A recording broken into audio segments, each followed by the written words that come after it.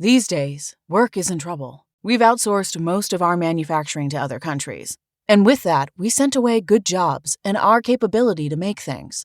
American Giant is a clothing company that's pushing back against this tide. They make all kinds of high-quality clothing and activewear, like sweatshirts, jeans, dresses, jackets, and so much more, right here in the USA. So when you buy American Giant, you create jobs in towns and cities across the country. And jobs bring pride, purpose. They stitch people together.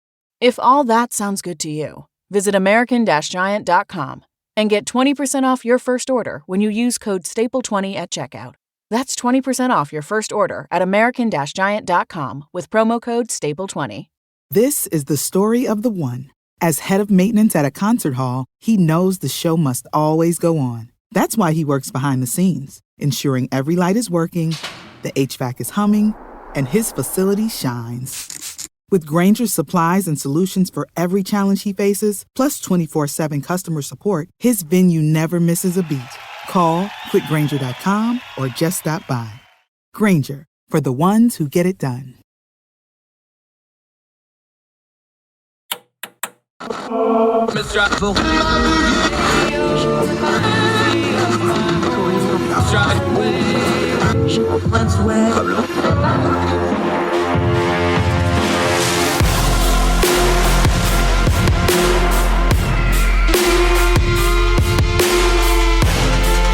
your host, Andrew Donaldson.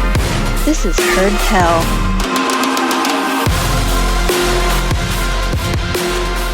Love it. Welcome back to Heard Tell. Okay, here's what we're going to do with this one is we do headlines and try to figure things out, but the way this one thing's covered is absolutely driving me bonkers. It annoys me. I think we're doing a great disservice to a great many people, and I tagged in my friend John McCumber, who used to have a whole bunch of interesting titles, but now he's just retired, so I don't have to use any of them.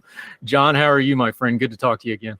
Andrew, I couldn't be better, and it's great to talk to you again. It's been too long. For those of you on the YouTube channel, you will get to see his wonderful Florida man retiree motif he is rocking today. Got him out of the hooker hat at least, so a little bit of a change of pace. I knew I had my Flying Tigers hat on. But I have to talk real carefully right now because my DOG saw me put on this HAT, and he thinks it's time for his WALK. So I have to talk like it's a toddler. That would be Brody the Wonder Dog that you picked up here. Brody the Wonder Dog, yeah. We're going to try to get this done before any of my dogs realize I'm recording or the cat shows up and photobombs me. You're exactly who I want to talk. I want to talk about the way the media covers things like financial planning and not just the economy, because the economy's in the news. But when we talk about things like buying a house, we talk about things like retirement planning. You're on one end of it. You've already had 2 or 3 successful careers. Your wife still works a little bit, but also had a successful career. You're in that retirement where you moved to Florida and did all that. I'm in the middle of it. We both have adult children who we're trying to navigate. When they want to talk to us, we'll give them advice on how they're navigating their 20s and 30s. So this is how I want to address this, though, because I think the media coverage, especially the influencer culture media, which is bleeding into news media, I think the way we talk about retirement, financial planning, home buying, the really big important stuff, right? Car buying, we can lump that in there now, too, because it's getting expensive again. Anything with an interest rate, I don't think we talk about this in a healthy way. I don't think we talk about it in a productive way. And frankly, I don't think we talk about it in a truthful way. I would absolutely agree with that. That's a great assessment. Now that you've done the retirement thing, though, this isn't complicated stuff, really. It's really anybody that's actually done investing. I'm not talking about Bitcoin or the hot stuff or things they're doing. People that know how to do financing, it's just consistency over time and having a plan and sticking to it. That's not how we talk to young people about it. That's not how the media talks about it. What is it from your end of it, looking back on it now? Because you did it successfully and you're doing okay and not missing any meals because you're a member of our Twitter Supper Club. What do you tell somebody that's just seeing the influencer culture of how to kind of turn down the noise on this? Well, I think one of the important things to preface any discussion about retirement and financial planning in that area is to talk about the fact that retirement is something that hasn't even been considered or even talked about. It's something that just kind of popped up in the middle of the 20th century. Up till then, you hoped that the kids would, if you had a family, they'd take you in and let you die peacefully at home, or you hoped you slumped over, digging your ditch or planting your corn, and just fell over dead because retirement just didn't exist. There wasn't this plan for financial stability, the plan for the ability to have income or anything after a certain age. And people just wore out, men and women wore out from their work and their labors after a number of years. And so now as medical advancements and others allow us to live longer, and we start anticipating retirement, like I say, they started with this great idea back in the middle of the 20th century where they'd have these defined benefit plans, and you would be able to work for a large corporation for X number of years and then take a retirement. My dad did that. He got out of after fighting World War II. He came home and he, instead of repairing aircraft on carriers, he was busy building planters and tractors for John Deere. Spent 30 years working there. And then unfortunately died the month he put in 30 years because he was worn out from war and cigarettes and alcohol. And he just died at 59 years of age. And they kept provided basic care for my mother until she passed. I didn't have that process going for me with that retirement. I didn't have a defined retirement plan, except if you consider the military. But I left the military early. I didn't get a big retirement payout. I call it car payment money and not live by the beach in this trailer money. So how we talk about retirement is important to understand that it's a relatively recent phenomenon. And so you're talking about, we've only been, 2, maybe 3 generations that have even had the opportunity to consider it. So how do we talk to young people about it? How do we talk to others that are looking at how to get there? I think it's important to understand the dynamism within this financial systems and where we are right now. We went from defined benefit plans early on in the retirement area. In the mid 20th century, we rolled out Social Security. I think I read somewhere, and I should have had this prepared so I could cite it exactly. I think the first person that collected Social Security was a woman who had put in $13.12. Because the way it timed out, the law passed, and when she retired, she had put in $13.12 and took out $20,000 or $26,000 over the remaining years. So it showed you right out of the gate how this system was flawed. So we have this system still in place, this flawed system called Social Security. We have now, like I say, 401k. I was a 401k era person. So after I left the military, and again, I was I left the military long before I was eligible to really retire. I had to go back, work in industry, and then do the savings part of things on my own and be able to contribute to that environment. So that put that in that situation. So what I tell and what I would advise young people now, it's not so much the mechanics of it, but exactly as you said, it's about consistency, having a basic plan that you have to be able to adapt though as changing times. Housing market, look what's happened to the housing market. Look what's happened to a variety of elements of our financial system, car prices, used cars. The average car in the United States today is 11 years old. The average car on the road is 11 years old. That's never been the case.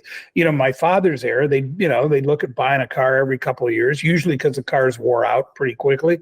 They'd look at having one every couple of years. My father-in-law was still of that generation, and he always wanted a new truck every other year, even though he put very limited miles on it.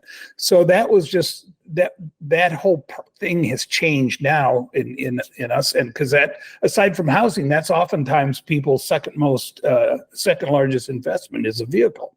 And so you've got so many of these competing priorities. The key to all of this, though, is what I found. I was so fortunate in what I did and how I was doing it. And I can't say I'm some kind of a genius at it, but by God, the point was to get to where retirement happens to be out of debt.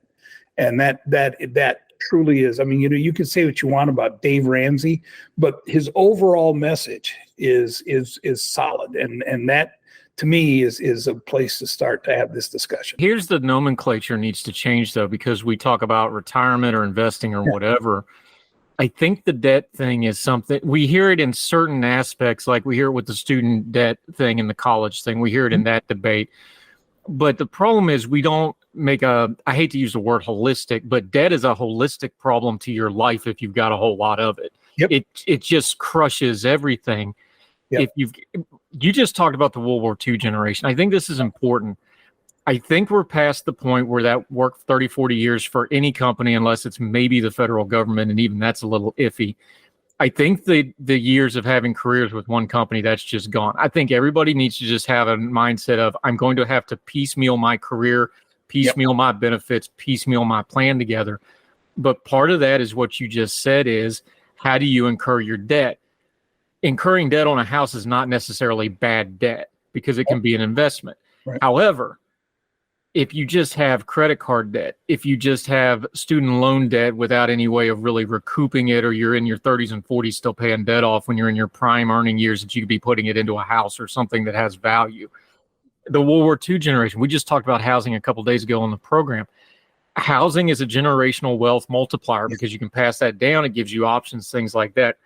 We don't talk about debt in a healthy way because we want to act like all debt is equal. It's not. We want to act like debt is a fungible thing. It's not. And then we don't talk about the benefits of not being in debt. If you can get to retirement out of debt, you're probably ahead of the game. Yeah. Almost nobody gets to do that though. Right. No, I guess I'm reminded of those advertisements you see all the time that pop up on your social media, on Facebook, or wherever you are, that say, if you have $500,000, when should you retire? Take this quiz. And of course, the quiz doesn't tell you when you can retire. It simply allows them to assess where you are and then sell you, a variety of products and services around it. So there's no answer to any of this. And so all retirement planning and debt planning is third grade math. That's all you need. There's no high finance answer, that you need to do, or Monte Carlo simulation. You simply have to have a basic understanding of how to do third grade math. The only real challenge is every retirement planning tool that anybody sells you or provides free, there's online tools you can use, begins with one simple fact that you have to suss out. When are you going to die? If you can answer that question, the math is real simple. The only challenge becomes, the reason it gets complex is because, either we're not willing to live up or look up to those numbers, or we're not sure how to even begin to assess that. And so, again, I guess this comes from a person with bad genetics. My dad died at 59, my uncle at 57, and my sister at age 51. A lot of these, the fact that I'm still here with you today is a miracle, and I treat every day like that because it truly feels that way. But when am I going to die? I just watched my in-laws pass at 80 years old each. And it's so you look at the math and it becomes an interesting what if scenario. But that's the story. When are you going to die?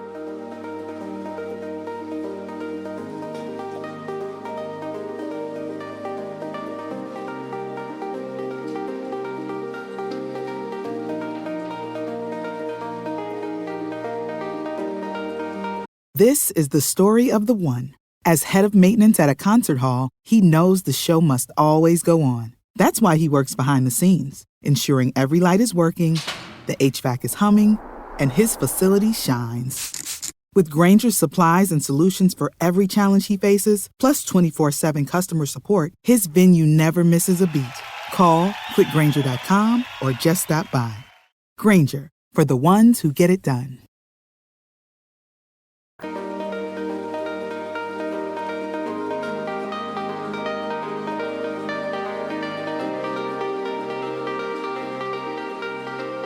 Yeah, John McCumber joining us. This is actually a core problem with Social Security besides the policy part. And we always talk about the policy part.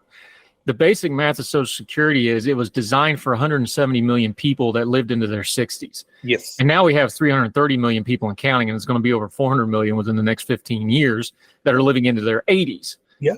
That's the basic core problem of Social Security, besides government malfeasance and Congress. And we can talk about all that. That's just the core problem with the social safety net is it's designed antiquated. It's not designed for what we're trying to do with it. But that also applies to your personal life. I remember my parents, public employee pensions. My father was very smart with his money. He kept a lot of his money, invested well, things like that. But, they're public employee pensioners. Right. And when my mom got breast cancer, this is the thing, when you get older, you have these multipliers of cost. Now all of a sudden the chemo is outpatient instead of inpatient. So you're paying for the chemo out of your pocket instead of covered on your plan. Right. Little stuff like that, you just don't realize. End of life care where, tens of thousands, if not hundreds of they showed me my hospital bill in 2016 when I was in the hospital. The VA was covering it, but I was in Duke for 5 months. It was a multi-million-dollar bill if I didn't have insurance for 5 months and everything I went through and all the surgeries. Sure. Folks got to understand, it's not just when you die, but those couple of years before you die. With most people, you're going to have some ill health, things like that. Those are financial bombs that go off that you're either prepared for or it completely wrecks your life. And we don't put those on the advertisements. No, we don't. And that's why, managing and having the changes that we've had, dramatic changes to insurance and the like, become real difficult to forecast for retirement. I know that's a challenge I've had. I'm fortunate that I also have the VA, and I live in a place that, knock on wood here, the VA has been phenomenal in my area, believe it or not. And I know there's horror stories everywhere. But I've been getting the care I need and the preventive care I need, and it's been really, really pretty good. So I'm happy with that. But again, people don't have the tools they need to prepare for this. So one of the tools that's posited all the time is why don't government just cover it for you? And and so it's the whole microcosm of that. Why doesn't the government handle it for you becomes another string of issues that needs to be discussed.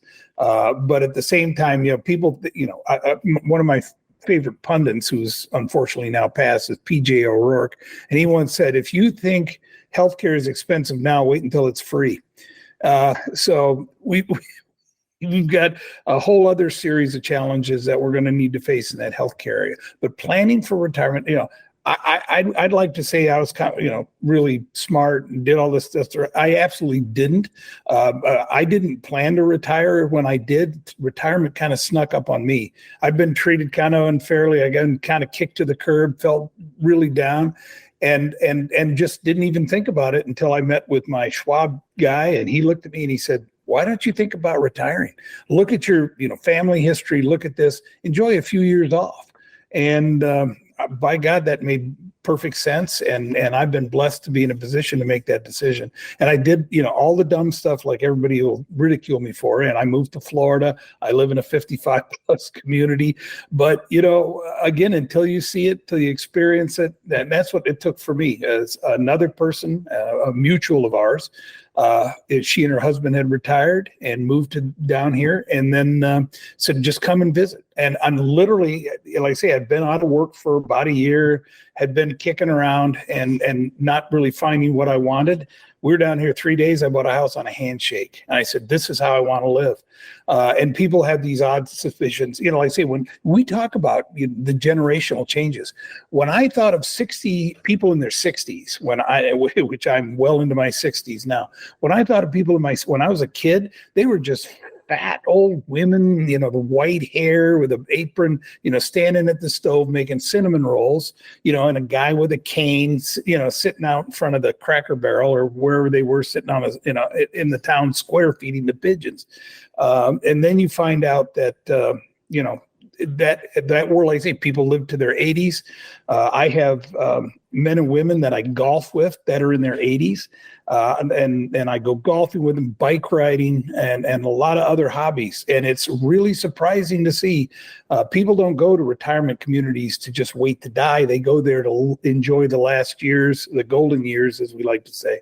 And it's so that difference is significant. And like I say, World War II generation, all my teachers in high school had been at war with my father. The teachers from my high school, the business people in town had been, through World War II. Everybody that had really cast that whole generation. And then, like we said, those again, I'm babbling on about these different things, but these all have to interconnect, and how people put those together to look at these later years of life is what's going to determine how well they lived it. But I got nieces and nephews, and I'll tell you something I just don't see now among my nieces and nephews. Maybe yours are different. But if you don't hustle in your 20s and 30s, you're not going to enjoy it. You're going to struggle in your 50s and 60s. Yeah, it's funny because John McCumber joining us. Of course, my 20s and 30s, I was in the military. And then, was going to do a second career when I got medicaled out of the military. Yep. And then we see how that worked out. So you got to be a little flexible. Here's the thing, though. What you did, though, you're actually a statistic. Did you know this? No. When COVID happened, 4.2 million people dropped out of the workforce. It was one of the big economic things that didn't get talked about. But 2.4 million of them, the big bulk of them, was actually retire age people that just said, screw this, I'm going to the house. Either they were worried about their health, they just didn't want to fool with the restrictions. A huge cohort of that, 60s, upper 60s, they just said heck with it, went to the house and didn't want to fool with it. Yeah. But now something's been happening over about 1.2 million of them, according to the statistics. I'll post these in the links on the hertel.substack.com listing. They're coming back into the workforce, but almost none of them are full-time. Mm-hmm. They're part-time. One of the things that I think is really changing retirement is the same thing that's changing work for people like me. I'm in my 40s, but I do, work from home, and I have my government disability and things like that. But it's also changing what I see the college age cohort doing too. You have multiple side hustle opportunities, and you kind of piddled with this. I know your wife works from home some, even though you're quote unquote in your retirement home. Yep. You have options now, and we've got all the data in the world. It's not just golfing and the lifestyle and that's healthy too. The longer you work, that actually extends your lifespan. So it's actually different than that World War II generation where it was more factory work, things like that. Yeah. There's technology jobs. Yeah, it's not just beat your body into the ground. You can be a productive member through technology now well into your later years, and people are taking advantage of it, not just for the money stream. They just like feeling productive. Absolutely. Absolutely. As you know, I have my little LLC here in Florida, and I still do consulting and writing for an employment and file taxes and do all those things you do for running a small business. But it's worthwhile, and it gives me a reason to get up every day and do something, as well as enjoy the extra time that I now have that I never did. That's what I tell I'm amazed at my nieces and nephews, and I'm talking about young men and women in their 20s, early 30s that post on social media, or I see them on Facebook, and they're exhausted after a 40-hour week, and they had to punch the clock for 40 hours or go to the job. And we're not talking people with huge commutes or anything. They're just small town people. They work hard. They've got a good job, and they're crushed at the end of the day. They have family. I look back, and I don't know how I certainly did it, but one of the stories I like to tell, when I was in my late 20s, I was in the military, as you were, at that time in my life, and I decided I needed to go to college. And I wanted to move ahead. I wanted to get a commission. So I started, I made the mistake of, the only reason I got forced into it is I made the mistake of boasting to my wife that I would do that, and then say, well, I'm going to get started on it, but you're pregnant now. She was pregnant with our first. And I said, but after you give birth and that child's here, then I'll go back to college. And I'll never forget it. The day I went to see her, one day, the day after our daughter was born, we were in the hospital sitting together. She looked at me and she goes, "Time's up." You said you were going to do this, and she's here, and you're doing it. So that afternoon, the next afternoon, I went down to the base education office, signed up for college programs. And I like to tell my nieces and nephews, I said, let me tell you this. I had this little baby daughter, brand new. I said, I worked night shift. I was lucky. The military worked around me. I ran a data center from midnight to 8 a.m. That was my basic duty. And then, of course, additional duties, other things you do in the military all around that. But the basic duty I had was to run a data center on the midnight shift. And I said, then I went to school. I'd get off at 8 a.m. I'd come home and my wife would go to school. And so she went to school. I took care of the baby. And then was during the day, my wife would get home around 5:30. I went to school from 6 to 9 o'clock at night. And then I went to school from 6 to 9 o'clock at night. Then I got dressed, went into my military job at midnight and started the cycle over again. And I asked my daughter, what's missing from that? I remember talking to her about it. She goes, well, you don't talk about sleep. I said, I didn't. And I said, because what I did is I said I had 2 hours to nap, which I did in a chair at night before I started my midnight job. And I napped when you did. And then, there were a couple nights I didn't have school. So that was fortunate. But the whole point was that was my schedule for years. And then, like I say, then the school thing. So I really feel strongly that those side hustles ended up becoming my career, which was really fun. And it allowed me to do a lot of things. So I think this important thing to remember is that no matter what the market looks like, no matter what the housing is that if you got to really move out when you got music at night, I have to struggle to get out of bed the next day. But it's a different world.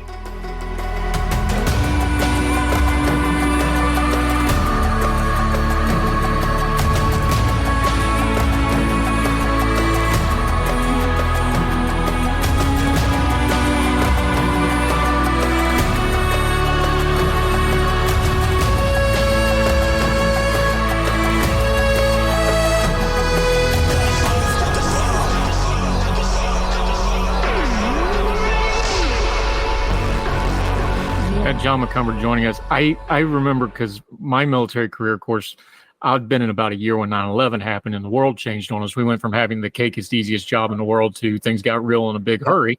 Yep. I look now like those Frankfurt days when we first went into Afghanistan. We're working 18 and 6s and sleeping at the office because you didn't want to waste the 20 minutes going home. You'd rather just sleep on the couch, right? Sure.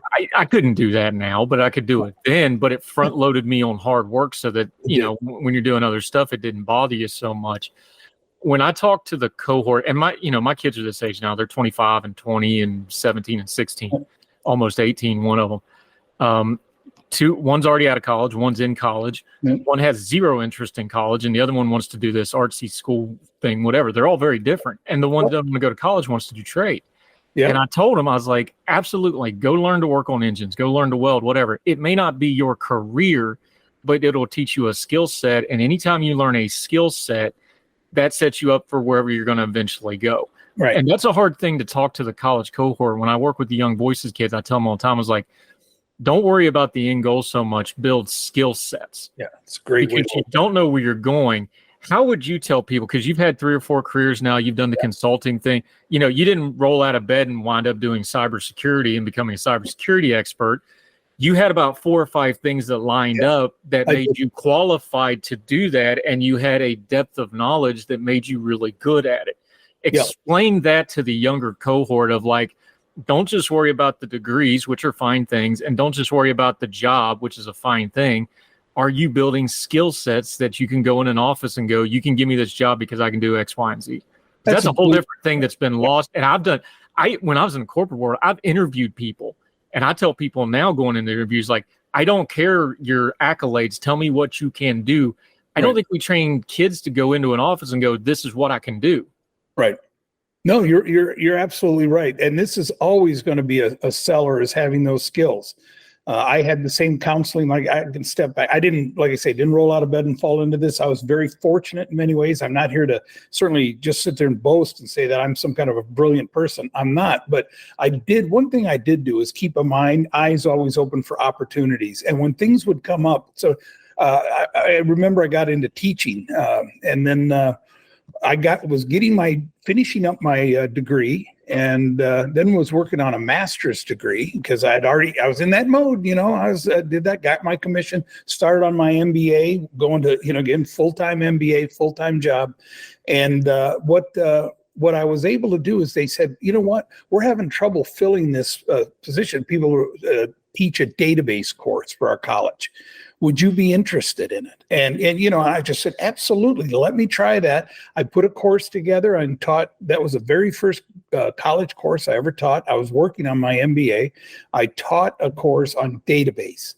And it was, it would be laughable now to see what I, would teach about. But it was an opportunity for me to learn the teaching profession, to get involved. And so as that went on, I always used my teaching to pay for my further education. And that's one of the reasons I was able to get out without debt. One, of course, the military, that's a big bonus and for people.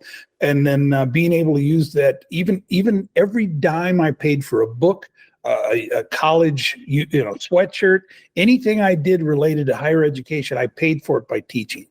And I got my money back, tenfold over for doing that. And so being able to teach, use that money to pay for further education and do that. And then when I got, out of that and was started on my PhD at the University of Maryland, I was teaching graduate school for a couple universities because, again, cybersecurity was new and they were trying to put together programs, schools that you've never heard of. Now, and that predate Phoenix, University of Phoenix, which of course you're hearing less and less of now. But if you go back, Central Michigan University, others had decided they wanted to jump on this as a opportunity to teach remote courses. So I got involved with that and got paid for doing that. One of the things I've always focused on in that is trying to make sure I was being paid for the extra work I was doing. And that's a tough one. A lot of people donate their time. I think that's great. I do now. I donate a lot of time right now to different operations and programs. But I also at the time wanted to make sure that I was covering that. So again, that the extra money allowed me to get the education. I put my wife through school. She and I worked together to do that. But with South Crew, we never had college debt. And she wasn't in the military, but she worked in work programs and study programs, but it was all skills based. You were right. And that's what was beneficial. Hers is in medicine. So she worked in clinical oncology and she worked in treating cancer. And so all her education, most of her employers would pay for that along the way. And then when she did do things like got her own, Master of Fine Arts and did that on her own, we were able to do that and cover that with money I made from teaching. And that's those kind of processes, and always looking for opportunities and sticking your neck out a little bit. That's where the answer is. That's where those extra opportunities come from. And then that's where those skills you acquire. But you got to be willing to do that.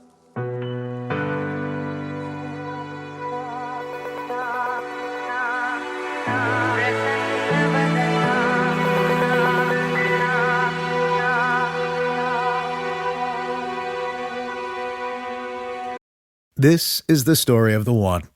As a maintenance engineer, he hears things differently. To the untrained ear, everything on his shop floor might sound fine, but he can hear gears grinding or a belt slipping. So he steps in to fix the problem at hand before it gets out of hand. And he knows Grainger's got the right product he needs to get the job done, which is music to his ears. Call, click Grainger.com, or just stop by. Grainger, for the ones who get it done.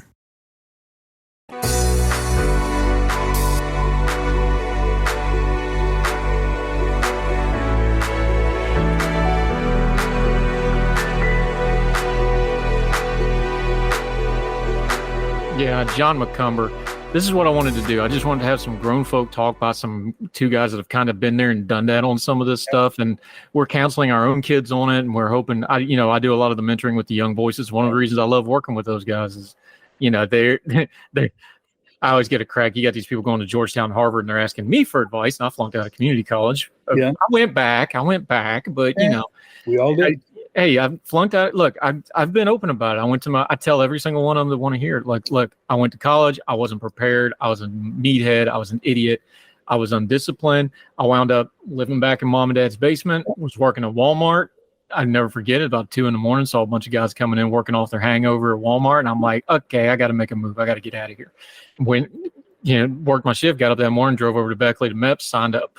That's how that went. But it was a good thing for me. Sure. I just wanted to do some grown folk talk on this because I think the influencer culture is really missing the boat because it's all about what they can give somebody. And really what this all is what can you give yourself and give yourself skill sets. John, let folks know where they can follow you and keep up with you. We haven't had you on for a while. We're going to get you back. We'll get you in your wheelhouse of the security stuff here one of these days. All right. Let folks know how they can follow you until we get you back on the program.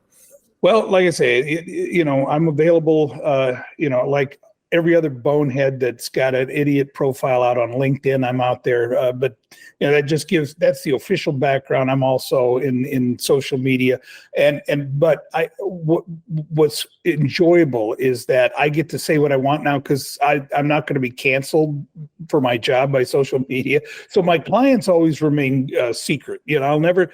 So I'm out there publicly, and I'll say a lot about what I feel and what I think, and you may not agree with me. And I'm at John McCumber on X now, or Twitter, whatever we call that thing.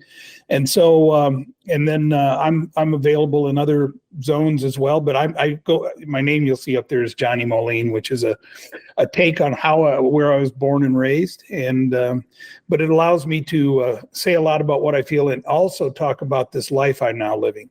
And so I spend a lot of time doing that and sharing those things. And I'm trying to share that positive message and hopefully create a community of people that can enjoy the time that they have on this earth and realize that it's very limited and you might as well enjoy it this time because you don't get another. Most importantly, he's a member in good standing as a hashtag Twitter Supper Club group, although he did put Red Velvet corn dogs. We're going to have a board meeting about that in private, but that'll be a closed session meeting while we work that out amongst ourselves. Yeah. Great cook. Looking forward to barbecue. I need to send you an order of barbecue sauce down too. Oh. We'll hook you up. John McCumber, love talking to you, my friend. Appreciate the time. It's always my pleasure, my friend. Yes, sir.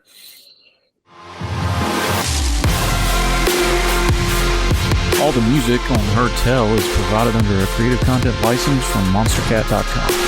Somos la máquina.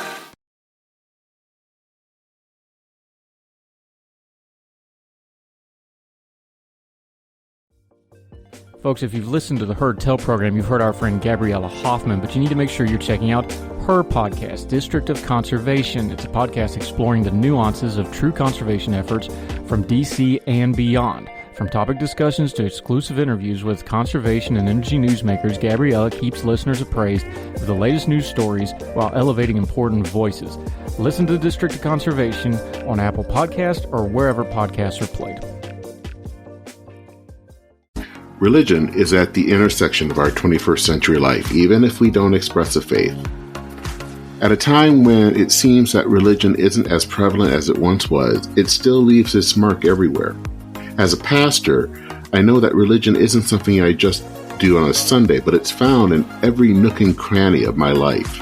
Sexuality, politics, social media, the economy, war, nationalism, all have some kind of religious angle to them. And as a communicator, I want to find the stories that can help people understand this part of our society that is so important to so many. Hi, I'm Dennis Sanders, and I'm the host of Church and Main. Church and Main is a podcast about the journey of faith and where it intersects with modern life. I look at faith with a journalist's eye, asking the who, where, what, why, and how religion affects some of the major issues of the day. Join me as we journey together. You can listen to Church and Main podcasts at the website churchandmain.org or on your favorite podcast app. I look forward to seeing you.